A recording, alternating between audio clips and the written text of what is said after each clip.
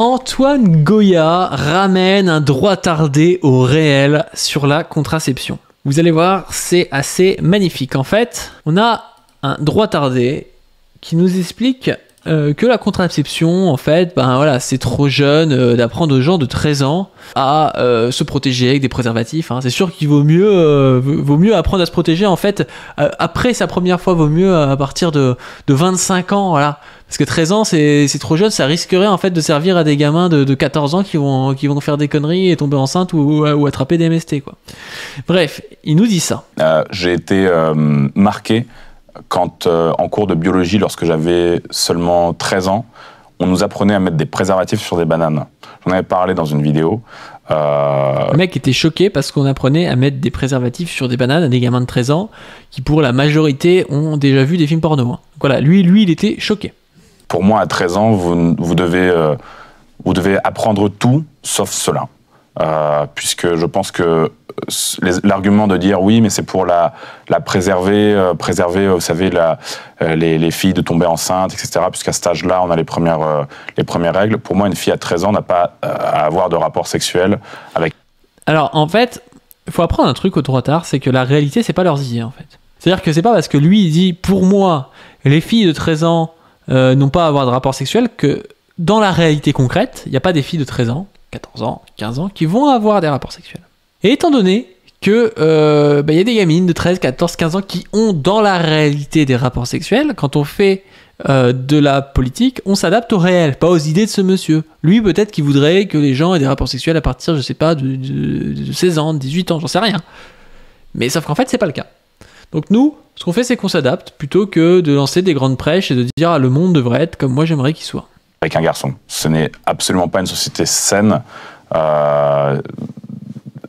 Voilà, d'apprendre à des gamins, déjà à cet âge-là, ce que c'est que le sexe, ce que c'est que voilà. Ouais, c'est pas une société saine, hein, c'est... Premier commentaire, c'est « Ok, taliban mental ». Il y a un peu de ça, ces mecs sont toujours là à faire les puritains de merde, quoi.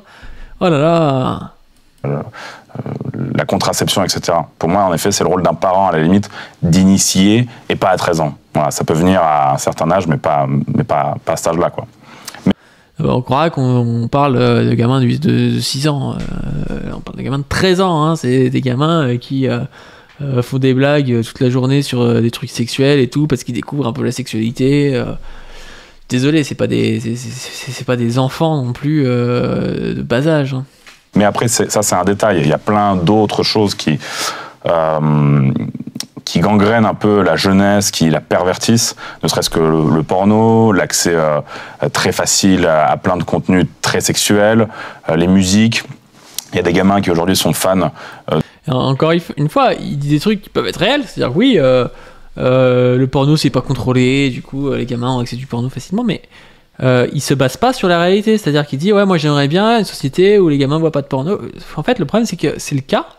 Et donc, qu'il faut s'y adapter. Et si la première décision, c'est d'empêcher qu'on parle de contraception et de préservatif aux enfants de 13 ans, je suis désolé, tu vas juste avoir des grossesses non désirées et tu vas mettre en danger des filles et tout. Enfin, c'est dangereux. De chanteurs qui, dans leurs textes, ne font que parler de sexe, que parler... Les chanteurs. Oh là là, la cancel culture. Ça, c'est la cancel culture.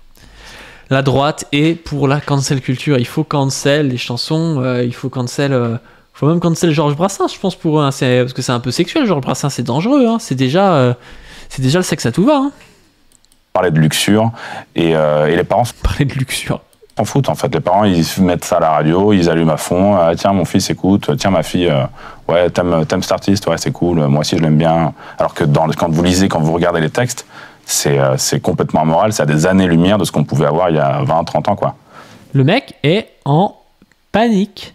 Je suis désolé, il y a 20-30 ans, mais qu'est-ce qu'il raconte? Tu crois que le rock, c'est pas ultra sexualisé comme truc?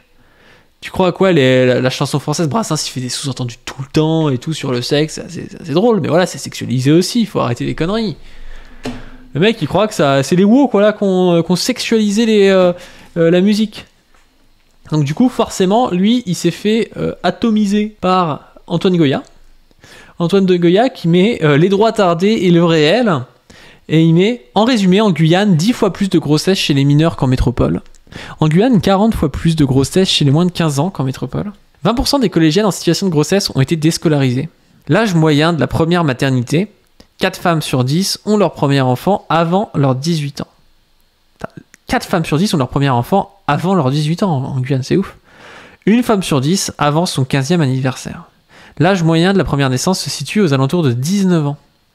Donc voilà, ce mec, il voudrait qu'on n'enseigne pas la contraception et tout, alors qu'on voit bien qu'il y a beaucoup de femmes très jeunes qui vont avoir des enfants, qui vont du coup être déscolarisées, ce qui va les empêcher de trouver des boulots bien payés, des trucs comme ça, qui va peut-être leur empêcher aussi de connaître bien la biologie et de pouvoir après enseigner à leur fille elles-mêmes comment on fait pour ne pas avoir d'enfants, des trucs comme ça. Donc moi je trouve qu'Antoine les a bien ramenés au réel, et ce mec est juste une espèce de taliban mental qui est toujours en train d'être fragile, quoi. Je le vois comme ça.